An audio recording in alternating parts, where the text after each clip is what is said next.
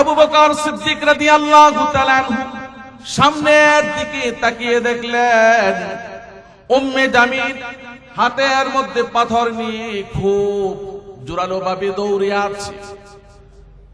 সামনে এসে উপস্থিত, এসে বলল, হে আবু বকর, তোমার বন্ধু কোথায়? তোমার বন্ধু মুহাম্মদ কোথায়?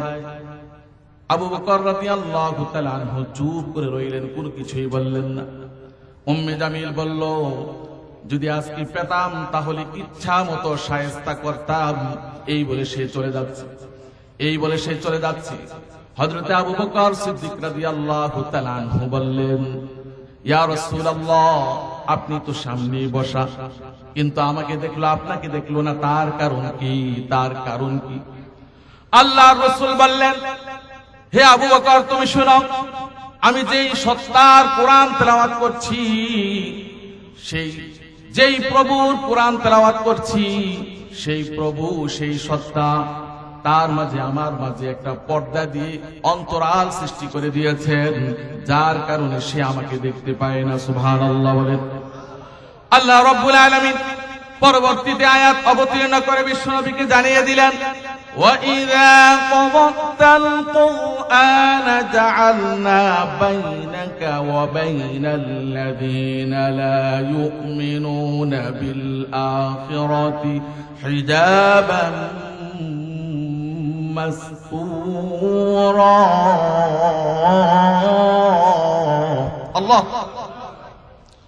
আল্লাহ রাব্বুল আলামিন বলে দিলেন, যখন আপনি কোরআন তেলাওয়াত করেছেন, তখন আমি আপনার মাঝে এবং আপনার শত্রুর মাঝে আমি অন্তরাল সৃষ্টি করে দিয়েছি, যার কারণে সে দেখতে পায় না। আমার ভাইরা, যখন আল্লাহর নবীর কোনোভাবেই ক্ষতি করতে পারছে না, শায়েস্তা করতে পারছে না, এবার ঘরোয়া ভাবে বৈঠক বসলো, কি করা যায়, আল্লাহর নবীকে কিভাবে শায়েস্তা করা যায়। তাফসীরের কিতাবের মধ্যে আসছে, আবু লাহাবের 3 জন সন্তান ছিল। কয়জন? 3 জন সন্তান ছিল। উতবা, উতাইবা, মা'তাব। ইসলাম আসার আগে আল্লাহর নবীর 2 কন্যা উম্মে কুলসুম আর রুকাইয়া, এই 2 জনকে উতবা এবং উতাইবা 2 জনে বিবাহ করেছিল। আবু লাহাব এবং উম্মে জামিল তাদেরকে সামনে ডেকে এনে মাথার মধ্যে হাত দিয়ে বলল, তোমরা কি জানো তোমাদের শ্বশুর তোমাদের পিতা মাতার জন্য কি কুৎসা রচনা করে, কি কবিতা রচনা করেছে? তোমরা কি জানো? তোমরা শোনো, যতক্ষণ পর্যন্ত তোমরা তার 2 কন্যাকে তালাক না দিবে, ততক্ষণ পর্যন্ত তোমরা মা বাবার পরিচয় কখনো দিবে না, সম্পদ থেকে মাহরুম হয়ে যাবে। আল্লাহর নবী গোপনে গোপনে ইসলামের দাওয়াত দিয়েছেন। এভাবে করে 3টি বছর আল্লাহর নবী গোপনে গোপনে ইসলামের দাওয়াত দিয়েছেন। এরই মধ্যে আল্লাহর নবী একদিন শুয়ে আছেন, কম্বল মুড়ি দিয়ে শুয়ে আছেন।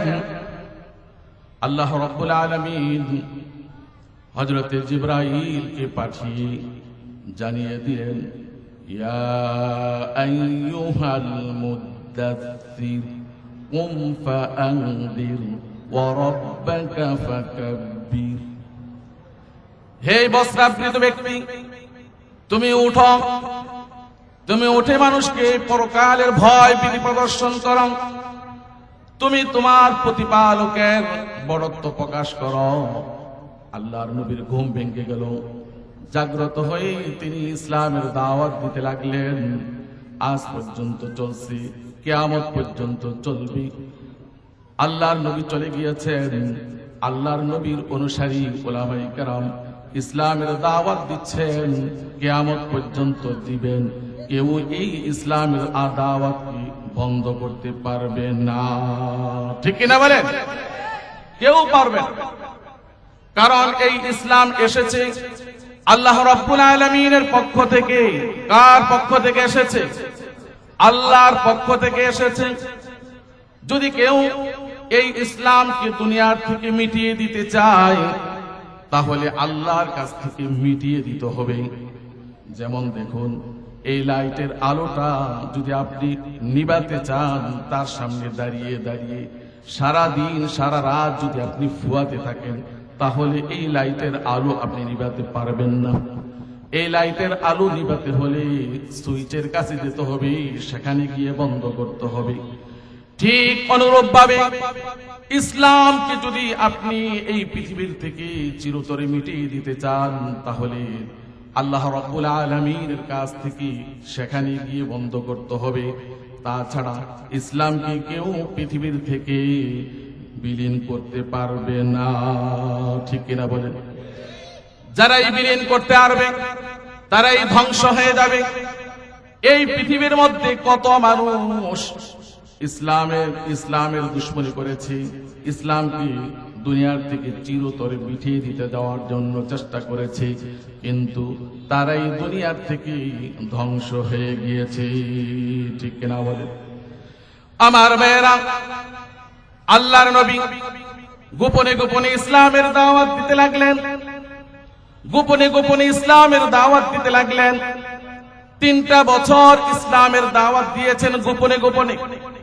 এবার আল্লাহ রাব্বুল আলামিন প্রকাশ্যে ইসলামের দাওয়াত দেওয়ার জন্য কোরআনুল কারীমের মধ্যে আয়াত অবতীর্ণ করে হযরতে জিবরাইলকে দিয়ে পাঠিয়ে দিলেন, গিয়ে বলে দাও, ওয়া আনযির আশীরাতাকাল আকরাবিন, আপনি আপনার নিকটতম আত্মীয় স্বজনকে সর্বপ্রথম ইসলামের দাওয়াত দেন, পরকালের ভয় ভীতি প্রদর্শন করুন।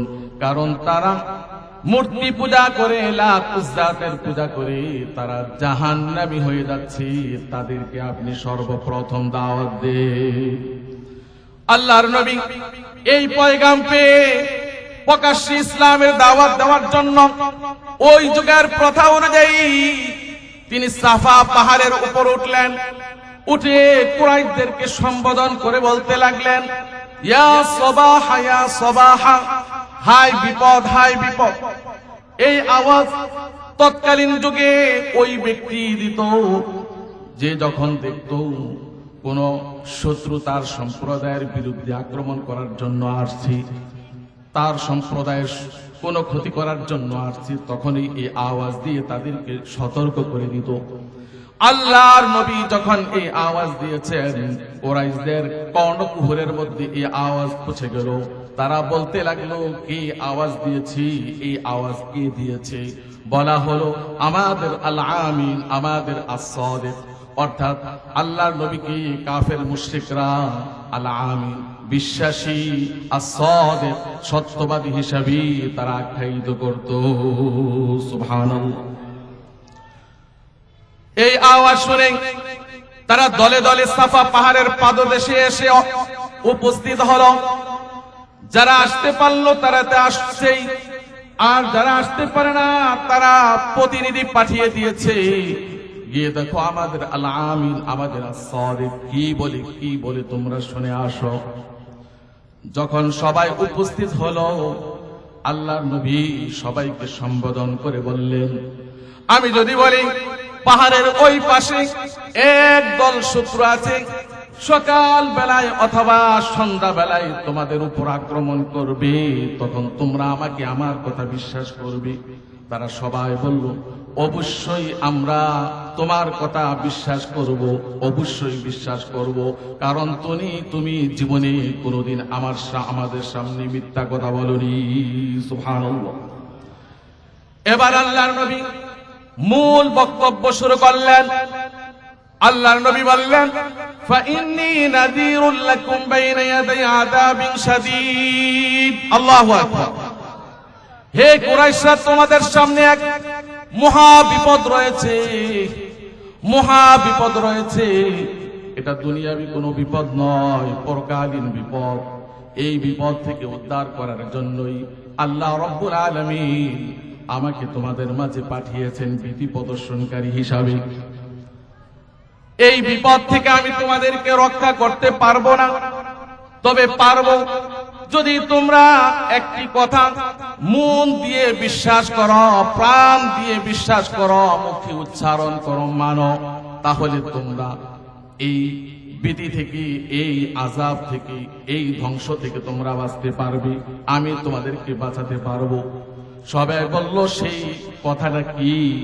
আল্লাহ নবী বললেন, তোমরা সবাই পড়ো, লা ইলাহা ইল্লাল্লাহু মুহাম্মাদুর রাসূলুল্লাহ।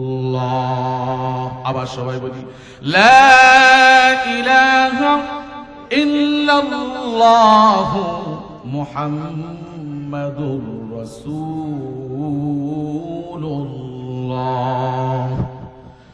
ওই মজলিসের মধ্যে রাসূলের চাচা আবু তালিব উপস্থিত ছিল। এই কালিমার মর্ম অনুধাবন করল, সঙ্গে সঙ্গে তার গায়ের মধ্যে আগুন ধরে গেল, সঙ্গে সঙ্গে তার খুব গুসা বেড়ে গেল। বলতে লাগলো, ইয়া আইয়ুহান নাস লা তুসাদ্দিকুহু ফাইন্নাহু কাযাব। হে লোকেরা, তোমরা তার কথা বিশ্বাস করবে না, সে একজন মিথ্যাবাদী। নাউযুবিল্লাহি মিন যালিক, সে একজন মিথ্যাবাদী। কালিমায়ে তয়্যিবা শুনে তার গায়ের মধ্যে আগুন ধরে গেল। কারণ তারা কালিমায়ে তয়্যিবার অর্থ অনুধাবন করে, তার মর্ম অনুধাবন করে। তারা জানে এই কালিমা যদি পড়ি তাহলে সব কিছু মুহাম্মদের সামনে সঁপে দিতে হবে। আজ থেকে আমাদের ক্ষমতা, আমাদের প্রতিপত্তি সব কিছু বিলীন হয়ে যাবে। এই জন্য আবু লাহাব গুসায় ফেটে পড়ল। সঙ্গে সঙ্গে নিচ থেকে একটি পাথর তুলে আল্লাহর রাসূলের গায়ের মধ্যে মারল আর অভিশাপ দিল, তাব্বাল্লাকা ইয়া মুহাম্মদ ওয়া লিহাযা জামাতানা। নাউযুবিল্লাহি মিন যালিক। হে মুহাম্মদ, তুমি ধ্বংস হও, তুমি ধ্বংস হও। এই জন্য কি তুমি আমাদেরকে এখানে উপস্থিত করেছ? এই জন্য কি তুমি আমাদেরকে এখানে ডেকে এনেছ? তুমি ধ্বংস হও, ধ্বংস হও। আল্লাহর রাসূলের ধ্বংস কামনা করলো। আমার ভাইরা, এই আবু লাহাব আল্লাহর রাসূলের চাচা ছিল, অন্য দিক দিয়ে আল্লাহর রাসূলের বিয়াই ছিল। যখন ইসলাম আসেনি তখন আবু লাহাবের দুই ছেলে আল্লাহর রাসূলের দুই কন্যাকে বিবাহ করেছিল। এই আবু লাহাব রাসূলের চাচা ছিল। ইতিহাসের মধ্যে আসছে, তাফসীরের কিতাবের মধ্যে আসছে, আল্লাহর রাসূলের 9 জন চাচা ছিল, তার মধ্যে 5 জন আল্লাহর রাসূল নবুয়ত প্রাপ্তি হওয়ার পূর্বে তারা ইন্তেকাল করেছেন। তার মধ্যে আর কয়জন থাকে? আর কয়জন থাকে? 4 জন। এই 4 জন আবার 3 ভাগে বিভক্ত। এদের মধ্যে কেউ আল্লাহর রাসূলের প্রতি ঈমান এনেছে, আল্লাহর রাসূলকে সাহায্য সহযোগিতা করেছে, যেমন হযরতে হামজা রাদিয়াল্লাহু তাআলা আনহু, হযরতে আব্বাস রাদিয়াল্লাহু তাআলা আনহু আল্লাহর রাসূলের প্রতি ঈমান এনেছেন এবং সাহায্য সহযোগিতাও করেছেন। আবার কেউ আছে আল্লাহর রাসূলের প্রতি ঈমান আনেনি, আল্লাহর রাসূলের প্রতি ঈমান আনেনি কিন্তু সাহায্য সহযোগিতা করেছে, যেমন আবু তালেব। আবু তালেব আল্লাহর রাসূলকে আগলিয়ে রেখেছিলেন কিন্তু ঈমান আনেননি। আবার কেউ আছে আল্লাহর রাসূলের প্রতি ঈমানও আনে না, সারাটা জীবন আল্লাহর রাসূলের বিরোধিতা করেছে, যেমন আবু লাহাব। আবু লাহাব এবং তার স্ত্রী উম্মে জামিল সারাটা জীবন আল্লাহর রাসূলের বিরোধিতা করেছে। অথচ এই আবু লাহাব আল্লাহর রাসূলের জন্মে অনেক খুশি হয়েছে। যখন তার বাদী সুয়াইবা এসে বলল, হে আমার মনিব, আপনার একজন ভাতিজা আজকে দুনিয়ার মধ্যে এসেছে, জন্মগ্রহণ করেছে। আনন্দিত হলেন, আনন্দে উৎফুল্ল হয়ে পড়লেন। বললেন, তুমি একটি সুসংবাদ আমাকে দিয়েছ, খুশির সুসংবাদ দিয়েছ, কিন্তু আমি তোমাকে কিভাবে খুশি করব? আমি তোমাকে খুশি করব একটি জিনিস বলে, সেটা হলো যাও, আজ থেকে আমি তোমাকে মুক্ত করে দিলাম, আজাদ করে দিলাম। সুবহানাল্লাহ। আমার ভাইয়েরা, আল্লাহর রাসূলের জন্মকে বলা হয় মিলাদুন নবী, আর আল্লাহর রাসূলের আদর্শকে বলা হয় সিরাতুন নবী। আবু লাহাব মিলাদুন নবীতে খুশি হয়েছে, কিন্তু সিরাতুন নবীতে খুশি হয়নি, বর্জন করেছি। সিরাতুন নবী পালন করা, সিরাতুন নবী দিয়ে জীবন ধারণ করা, এটা হলো ফরজ। এটা যদি ছেড়ে দেয় তাহলে জাহান্নাম ছাড়া কোনো উপায় নেই। এই জন্য ইতিহাসবিদরা বলেন আবু লাহাব জাহান্নামে যাওয়ার যতগুলি কারণ আছে, তার মধ্যে একটি কারণ হলো আল্লাহর রাসূলের মিলাদে খুশি হয়েছে, সিরাতকে বর্জন করেছে। এই জন্য আবু লাহাব জাহান্নামে যাবে। আমার ভাইয়েরা, আবু লাহাব যখন আল্লাহর রাসূলের গায়ের মধ্যে পাথর নিক্ষেপ করলো, আল্লাহর রাসূলের ধ্বংস কামনা করলো, ঠিক সেই পরিপ্রেক্ষিতে আল্লাহ রাব্বুল আলামিন কোরআনুল কারীমের মধ্যে সূরাতুল লাহাব অবতীর্ণ করে বিশ্ববাসীকে জানিয়ে দিয়েছেন, তাব্বাত ইয়াদা আবি লাহাবি ওয়া তাব। আবু লাহাব এবং শয়তান, আবু লাহাবের দুই হাত এবং সে নিজে ধ্বংস হোক। মা আগনা আনহু মালুহু ওয়া মা কাসাব। আবু লাহাবের ধন সম্পদ এবং তার সকল উপার্জন তার বিপদে কোনো কাজে আসেনি। সায়াসলা নারান যাতা লাহাবিন ওয়া ইমরাআতুহু। অচিরেই আবু লাহাব এবং তার স্ত্রী জাহান্নামের মধ্যে প্রবেশ করবে। হাম্মালাতাল হাতাব। আবু লাহাবের স্ত্রী লাকড়ি বহনকারী ছিল। ফি জিদিহা হাবলুম মিন মাসাদ। তার গলার মধ্যে পাকানো রশি থাকবে, পাকানো রশি থাকবে। আমার ভাইয়েরা, এই সূরা যখন অবতীর্ণ হলো, মক্কার অলিগলির মধ্যে হইচই পড়ে গেল। মক্কার অলিগলির মধ্যে ছড়িয়ে পড়ল মুহাম্মাদের আল্লাহ। আবু লাহাব এবং তার স্ত্রী উম্মে জামিল সম্পর্কে কুৎসা রচনা করে কোরআনের মধ্যে কবিতা রচনা করেছেন। এই কথাটা মক্কার অলিগলির মধ্যে ছড়িয়ে পড়ল, হইচই পড়ে গেল। সঙ্গে সঙ্গে আবু লাহাবের স্ত্রী উম্মে জামিল একটা পাথর নিল। পাথর নিয়ে রাগান্বিত হয়ে মুহাম্মদ সাল্লাল্লাহু আলাইহি ওয়াসাল্লামকে ঘুরে ঘুরে খুঁজতে লাগলো, কোথায় আছে, শায়েস্তা করবে। ঘুরতে লাগলো, কোথায় পেল না। পরিশেষে জানতে পারলো আল্লাহর নবী কাবা ঘরের সামনে বসে বসে কোরআন তেলাওয়াত করছেন। উম্মে জামিল পাথর নিয়ে গুসার সাথে সেদিকে চলছে। আল্লাহর নবী কোরআন তেলাওয়াত করছেন, সামনে হযরতে আবু বকর সিদ্দিক রাদিয়াল্লাহু তাআলা আনহু বসে বসে শুনছেন। আল্লাহর নবী কোরআন তেলাওয়াতে ব্যস্ত। আবু বকর সিদ্দিক রাদিয়াল্লাহু তাআলা আনহু সামনের দিকে তাকিয়ে দেখলেন উম্মে জামিল হাতের মধ্যে পাথর নিয়ে খুব জোরালো ভাবে দৌড়ে আসছে। সামনে এসে উপস্থিত, এসে বলল, হে আবু বকর, তোমার বন্ধু কোথায়? তোমার বন্ধু মুহাম্মদ কোথায়? আবু বকর রাদিয়াল্লাহু তাআলা আনহু চুপ করে রইলেন, কোনো কিছুই বললেন না। উম্মে জামিল বলল, যদি আজকে পেতাম তাহলে ইচ্ছা মতো শায়েস্তা করতাম। এই বলে সে চলে যাচ্ছে, এই বলে সে চলে যাচ্ছে। হযরতে আবু বকর সিদ্দিক রাদিয়াল্লাহু তাআলা আনহু বললেন, ইয়া রাসূলুল্লাহ, আপনি তো সামনে বসা, কিন্তু আমাকে দেখলো আপনাকে দেখলো না, তার কারণ কি? তার কারণ কি?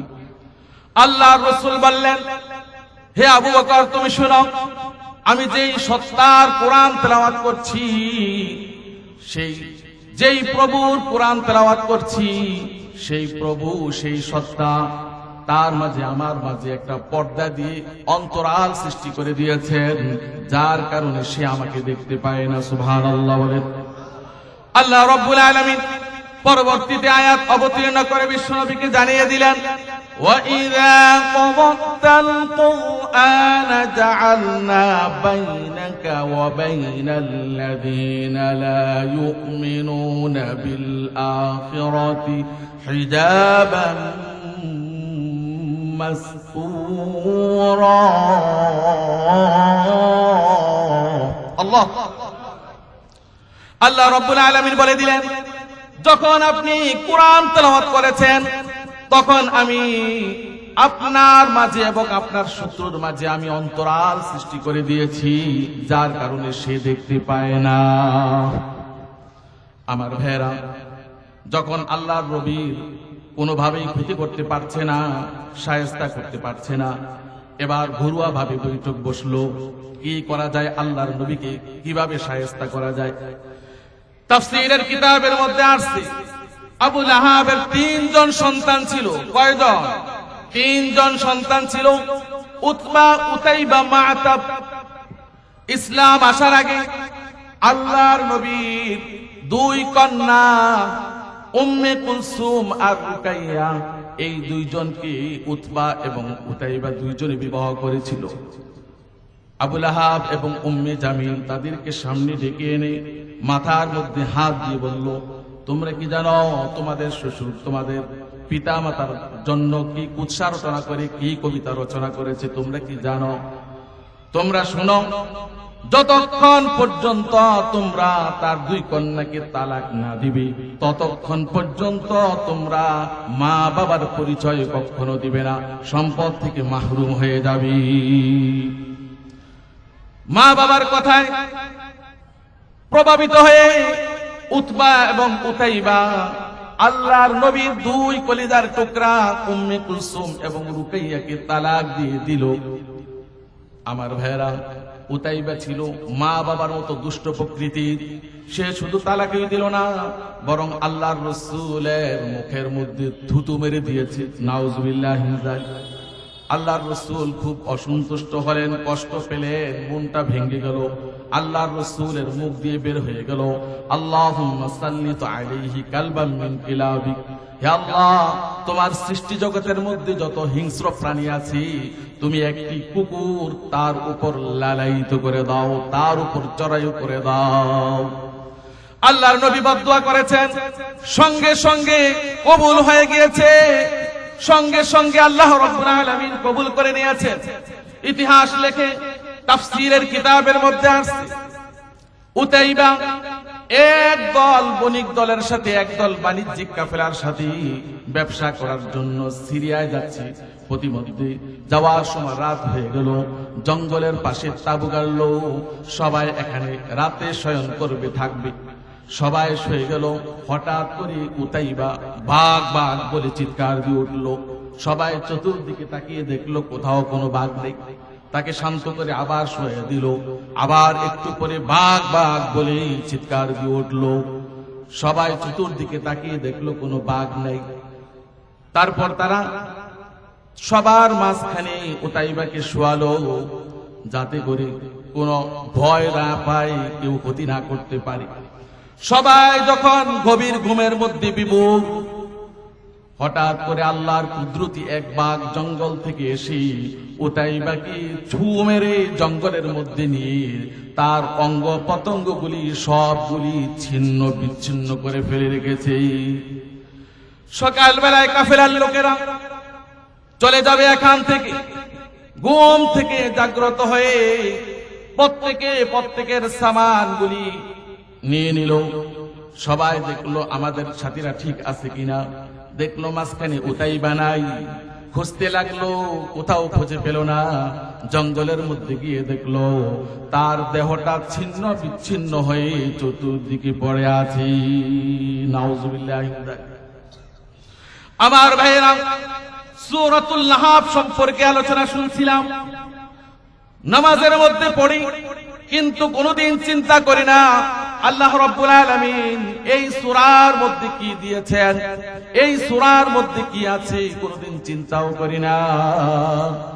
আজকে যদি আমরা শুরু থেকে শেষ পর্যন্ত আলোচনা শুনে থাকি, অন্তত একটু হলেই আমরা বুঝতে পারবো এই সূরার মধ্যে আল্লাহ রাব্বুল আলামিন কার কথা বলেছেন, কি বলেছেন, ঠিক কিনা বলেন? আমার ভাইয়েরা, কুরআনুল কারীমের মধ্যে শুধুমাত্র একটি সূরায় অবতীর্ণ হয়েছে বিশ্বনবীর শত্রু, ইসলামের শত্রু নামে, তা হলো সূরাতুল লাহাব। এখন প্রশ্ন হলো, সূরাতুল লাহাব আবু লাহাবের নামে অবতীর্ণ হয়েছে, অথচ এই আবু লাহাব যেই সময় ছিল আবু লাহাবের চাইতে আরো বেশি কষ্ট দিয়েছিল এমন কাফের মুশরিক অনেক ছিল, কিন্তু কারো নামে তো সূরা অবতীর্ণ হয় না, আবু লাহাবের নামে কেন সূরা অবতীর্ণ হলো? এমন প্রশ্ন হয় কিনা? এমন প্রশ্ন হয় কিনা? শুধুমাত্র একটি সূরা, সূরাতুল লাহাব, শত্রুর নামে অবতীর্ণ হয়েছে, কিন্তু আবু লাহাবের চাইতে আবু জাহেলকে অনেক বড় শত্রু ছিল, কিন্তু আবু লাহাবের নামে আবু জাহেলের নামে তো কোন সূরা কোরআনে কারীমের মধ্যে অবতীর্ণ হয়। আবু লাহাব আল্লাহর নবীকে যেই পরিমাণ কষ্ট দিয়েছে এর চাইতে বেশি কষ্ট পেয়েছেন শিয়াবে আবি তালেবের মধ্যে, এর চাইতে বেশি কষ্ট পেয়েছেন তায়েফের ময়দানে শিয়াবে আবি তালেবের মধ্যে। যারা আল্লাহর রাসূলকে কষ্ট দিয়েছেন তাদের নামে তো কোরআনুল কারীমের মধ্যে কোন সূরা অবতীর্ণ হয় না। তায়েফের ময়দানে যারা আল্লাহর রাসূলকে কষ্ট দিয়েছেন তাদের নামে তো কোরআনুল কারীমের মধ্যে কোন সূরা অবতীর্ণ হয় না। তাহলে আবু লাহাবের নামে কেন সূরা অবতীর্ণ হলো? তার কারণ কি? তার কারণ কি? একেবারে সহজ। আবু লাহাব ছিল আল্লাহর রাসূলের আপনজন চাচা। তৎকালীন যুগে বাবার অনুপস্থিতিতে চাচাই বাবার মতো মনে করা হতো। চাচা হিসাবে বাতিজাকে সাহায্য সহযোগিতা করা দরকার ছিল, কিন্তু সাহায্য সহযোগিতা করে না, বরং জীবনভর আল্লাহর রাসূলের বিরোধিতা করেছে। আল্লাহর রাসূল যখন সাফা পাহাড়ের উপর দাঁড়িয়ে ইসলামের দাওয়াত দিচ্ছেন তখন এই আবু লাহাব আল্লাহর রাসূলের গায়ের মধ্যে পাথর নিক্ষেপ করেছে, আল্লাহর রাসূলের ধ্বংস কামনা করেছে। আল্লাহর রাসূল একবার বিনদেশী কাফেলাদের কাছে ইসলাম প্রচার করার জন্য, হাজী সাহেবের কাছে ইসলাম প্রচার করার জন্য গিয়েছিলেন, কিন্তু আবু লাহাব পিছনের দিক থেকে এসে সবাইকে সম্বোধন করে বলল, ইয়া আইয়ুহান নাস লা তুতিউহু ফাইন্নাহু কাযাবুন। হে লোকেরা, তোমরা তার কথা শুনবে না, তার আনুগত্য করবে না, সে একজন মিথ্যাবাদী। নাউজুবিল্লাহ। আল্লাহর রাসূলের সন্তান যখন এক এক করে মারা যেতে লাগলো তখন এই আবু লাহাব সর্বপ্রথম আল্লাহর রাসূলকে আবতার বলে গালি দিয়েছিল। আবতার শব্দের অর্থ হলো নির্বংশ, মুহাম্মদ নির্বংশ হয়ে যাবে, এই বলে এই আবু লাহাব মানুষের কাছে প্রচার করতে লাগলো। আরেকদিন যুলমাজাজ বাজারের মধ্যে আল্লাহর রাসূল মানুষকে ইসলামের দাওয়াত দিচ্ছেন, বলছেন কুলু লা ইলাহা ইল্লাল্লাহ তুফলিহুন, তোমরা বলো লা ইলাহা ইল্লাল্লাহ, তাহলে তোমরা সফল কাম হয়ে যাবে। এই কথা যখন বললেন পিছন দিক থেকে আবু লাহাব এসে আল্লাহর রাসূলের গায়ের উপর পাথর নিক্ষেপ করলো। আল্লাহর রাসূলের দেহ থেকে রক্ত টপ টপ করে পড়তে লাগলো। এই জন্য আল্লাহ রাব্বুল আলামিন আবু লাহাবের জন্য, আবু লাহাবের নামে কোরআনুল কারীমের মধ্যে সূরা অবতীর্ণ করে বিশ্ববাসীকে জানিয়ে দিয়েছেন আপনজন জান্নাতি হওয়ার কথা, কিন্তু বিরোধিতা করে আপনজনই জাহান্নামী হয়ে গেছে। ঠিক কিনা বলেন? আমার ভাইয়েরা, কোরআনুল কারীমের মধ্যে আল্লাহ রাব্বুল আলামিন অভিশাপ করেছেন, তাব্বাত ইয়াদা আবি লাহাবি ওয়া তাব, আবু লাহাবের দুই হাত ধ্বংস হোক, আবু লাহাব নিজে ধ্বংস হোক, এই অভিশাপ দিয়েছেন। এই অভিশাপ দেওয়ার পর আবু লাহাব 11 থেকে 12 বছর পৃথিবীর মধ্যে বেঁচে ছিল, কিন্তু সেই ইসলাম গ্রহণ করেনি।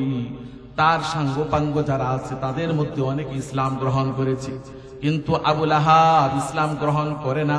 আল্লাহ তাআলা এদিকে বলে দিয়েছেন আবু লাহাব ধ্বংস হয়ে গেছে, আবু লাহাব ধ্বংস হবে, কিন্তু 12 বছর হয়ে গেছে, এর কোনো প্রতিফল প্রকাশিত হয় না, প্রতিফল প্রকাশিত হয় না। যদি হতো তাহলে কোরআন মিথ্যা বলে প্রমাণিত হয়ে যেত। কোরআন সত্য না মিথ্যা?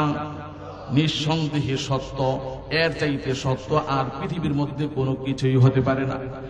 এই কোরআনের যত তথ্য উপাত্ত আছে সবগুলি সত্য, সব সত্য, তার মধ্যে মিথ্যার কোনো অবকাশ নেই, সন্দেহের কোনো অবকাশ নেই। এই কোরআনের ভুল যারা ধরতে এসেছে তারা কোরআনের সামনে নত হতে বাধ্য হয়েছে, তারা কোরআনের স্রষ্টার উপর ঈমান আনতে বাধ্য হয়েছে। সুবহানাল্লাহ। আমার ভাইয়েরা, এই আবু লাহাব আল্লাহর নবীকে ধ্বংস কামনা করেছে, আল্লাহ রাব্বুল আলামিনও তার ধ্বংস কামনা করেছে। এই সূরা যখন অবতীর্ণ হয়, এই সূরা অবতীর্ণ হওয়ার প্রায় 10 থেকে 12 বছর পর বদরের যুদ্ধ সংগঠিত হয়েছে। এই বদরের যুদ্ধে বড় বড় কাফেররা অংশগ্রহণ করেছে, কিন্তু আবু লাহাব এই যুদ্ধে যায়নি, প্রতিনিধি পাঠিয়ে দিয়েছে, গিয়ে দেখো, অবস্থা পর্যবেক্ষণ করো।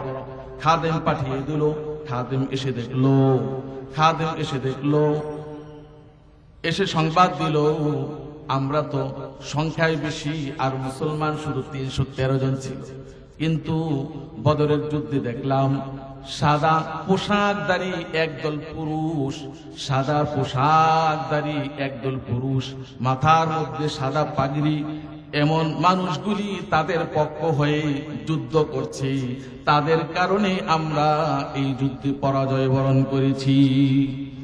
আল্লাহ রাব্বুল আলামিন কুরআনুল কারীমের মধ্যে এই সাদা পোশাকধারী লোকদের পরিচয় দিয়েছেন।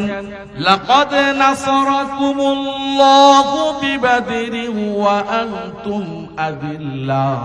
আল্লাহ রাব্বুল আলামিন বলে দিয়েছেন, বদরের প্রান্তে আমি তোমাদেরকে সাহায্য সহযোগিতা করেছি, কিন্তু তোমরা সংখ্যায় কম ছিলে, এরা ছিল ফেরেশতা।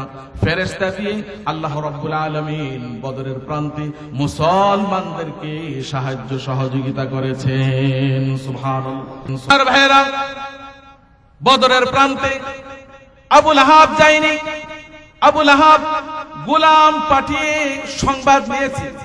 গোলাম যখন এসে বলল, মনিব, আমরা তো বিজয় হওয়ার কথা, কিন্তু আমরা এই লোকগুলির কারণে পরাজয় বরণ করেছি, এই কথা শুনে অসুস্থ হয়ে পড়েছি। ইতিহাস লিখে এই অসুস্থ হওয়ার 7 দিন পর আবু লাহাব এই দুনিয়ার থেকে চির জাহান্নামী হয়ে বিদায় নিয়ে চলে যায়। তার মৃত্যুটা ছিল অত্যন্ত জঘন্য, এমন জঘন্য ছিল, পৃথিবীতে দ্বিতীয় আরেকটা মৃত্যু এমন নয়। তার পুরা শরীরের মধ্যে বসন্তের দাগ উঠেছে, পচন ধরেছে, দুর্গন্ধ ছড়িয়ে পড়েছে, আর চিৎকার শুরু করেছে। সন্তানেরা তাকে কোন রকমে কাপড় দিয়ে পেঁচি দূরবর্তী এক জনপদের কাছে রেখে এসেছে, কারণ চিৎকারে টিকতে পারে না, দুর্গন্ধে টিকতে পারে না, এই জন্য দূরবর্তী এক জায়গার মধ্যে রেখে এসেছে।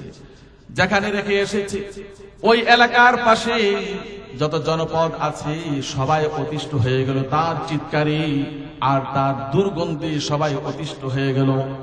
সবাই সন্তানদেরকে বাধ্য করলো, এখান থেকে এটা সরাও, না হলে তোমাদের বিপদ আছে, এখান থেকে এটা সরাও। ইতিহাস লেখে সেখানে আবু লাহাব 3 দিন 3 রাত থেকে পৃথিবীর থেকে চির বিদায় নিয়ে গিয়েছে। আবু লাহাব সেখানে মৃত্যুবরণ করলো। এই লাশটা কেউ ধরে না, তার কাছেও কেউ আসে না, তার দুর্গন্ধে আশেপাশের জনপদগুলির মানুষ অতিষ্ঠ হয়ে গেছে। সন্তানদেরকে বাধ্য করলো, তোমরা যাও, এটা সরাও, এখান থেকে সরাও। ফলে সন্তান নিজে যায়নি, 2 জন কালো হাবশি গোলাম তারা ঠিক করলো, চাকর ঠিক করলো এটাকে দাফন করার জন্য। ওই দাফন করার জন্য যখন 2 জন চাকরকে ঠিক করলো, তারাও দুর্গন্ধের কারণে সেখানে যেতে পারে না। ফলে তারা দূরবর্তী এক জায়গার মধ্যে গর্ত করেছে আর বড় 2টা লাঠি নিয়েছে। লাঠি দিয়ে ঠেলতে ওই গর্তের মধ্যে নিয়ে চাপা মাটি দিয়ে ফি নারি জাহান্নামা খালিদিন ফিহা, চিরদিনের জন্য দুনিয়ার থেকে চিরবিদায় করে দিয়েছে। আবু লাহাব ইসলামের শত্রুতা পোষণ করার কারণে, আল্লাহর রাসূলের শত্রু হওয়ার কারণে, আল্লাহর রাসূলের বিরোধিতা করার কারণে আল্লাহ রাব্বুল আলামিন তাকে এমন ধ্বংস দিয়েছেন, দেহর থেকে পচন ধরেছে, দুর্গন্ধ বের হয়েছে। ঠিক অনুরূপ ভাবে যারা ইসলামের শত্রুতা পোষণ করবে, আল্লাহর রাসূলের শত্রুতা পোষণ করবে, আল্লাহ রাব্বুল আলামিন তাদের দেহর থেকে এরকম দুর্গন্ধ ছড়িয়ে দিবেন, তাদের জানাজার মধ্যে মানুষ অংশগ্রহণ করবে না। ঠিক কিনা বলেন? তাদেরকে ভালো চোখে মানুষ দেখবে না। কোরআন হাদিসের স্টেজের মধ্যে বসে কোরআন হাদিসের আলোচনা যিনি করেন, যারা এখানে বন্ধ করার জন্য, আলোচনা বন্ধ করার জন্য যারা দাঁড়িয়ে যায়, যারা কাউন্টার করে, তাদেরকে চিনে রাখবেন। দেখবেন তারাও একদিন এরকম ভাবে মৃত্যুবরণ করবে, তখন মানুষ তাদেরকে ঘৃণা করবে। ঠিক কিনা বলেন? আমার ভাইরা, আবু লাহাব আপন জন ছিল, জান্নাতি কথাগুলি শোনা তার জন্য সহজ ছিল, কিন্তু তা না করে জাহান্নামী হয়ে গিয়েছে। কিসের কারণে? রাসূলের বিরোধিতা করার কারণে। রাসূলের বিরোধিতা যারা করবে তাদের ঠিকানা হবে কোথায়? জাহান্নাম। আমরা কি জান্নাতে যেতে চাই না জাহান্নামে? আমরা নিঃসন্দেহে জান্নাতে যেতে চাই। তাহলে রাসূলের কথা শুনতে হবে, রাসূলের আনুগত্য করতে হবে, রাসূলের পথ মত অনুযায়ী চলতে হবে, রাসূলের ধারক বাহক যারা আছে তাদের কথা অনুযায়ী চলতে হবে। আল্লাহ তাআলা যাতে আমাদের সবাইকে তৌফিক দান করেন। সবাই বলি আমিন। আসসালামু আলাইকুম ওয়া রাহমাতুল্লাহি ওয়া বারাকাতুহু।